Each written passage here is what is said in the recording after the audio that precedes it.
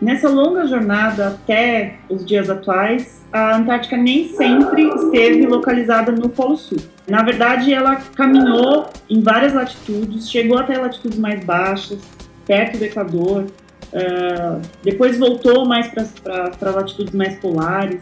Enfim, ela tem uma longa história geológica aí caminhando em várias latitudes pelo planeta. E por volta ali de 110, 120 milhões de anos atrás, a Antártica chegou mais ou menos até a posição que ela tem hoje.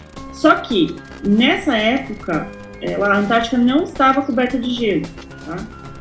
E isso nos faz pensar qual que é exatamente o papel desse posicionamento no Polo Sul como fator importante ou fator principal para a cobertura de gelo, né? Na verdade, são necessários outros elementos, né, e acontecimentos importantes na história geológica da Antártica para que ela sofresse, então, a cobertura de gelo. Existem vários dados que mostram a ocorrência de um esfriamento global de toda a Terra por volta aí de 40 milhões de anos atrás. Esse esfriamento global ele coincide com evidências de alguns depósitos geológicos, ou seja, rochas,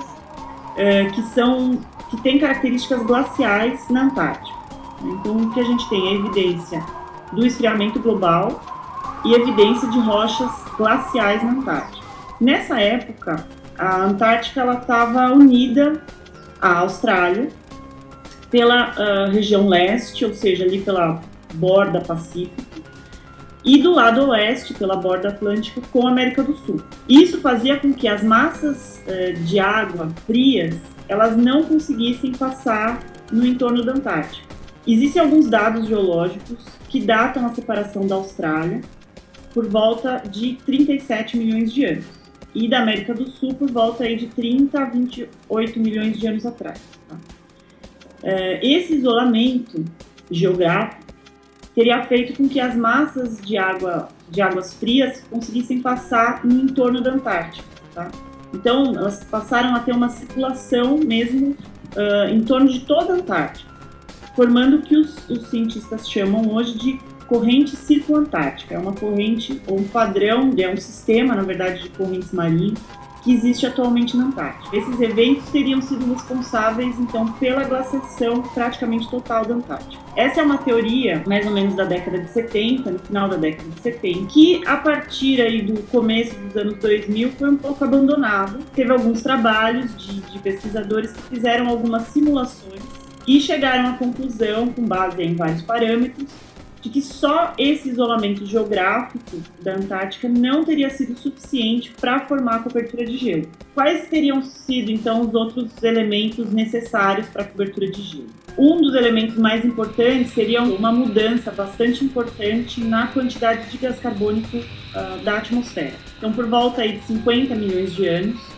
a quantidade de gás carbônico na atmosfera ela era mais ou menos de 3 a 5 vezes maior do que nos dias de hoje. A gente sabe que a variação climática ela tem muito a ver com a quantidade de gás carbônico que está na atmosfera.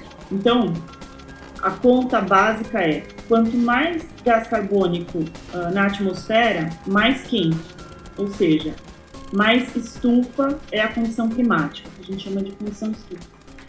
E se existe menos gás carbônico na atmosfera, o clima vai ser mais frio, ou seja, um clima refrigerador. Nesse período, havia um outro elemento importante.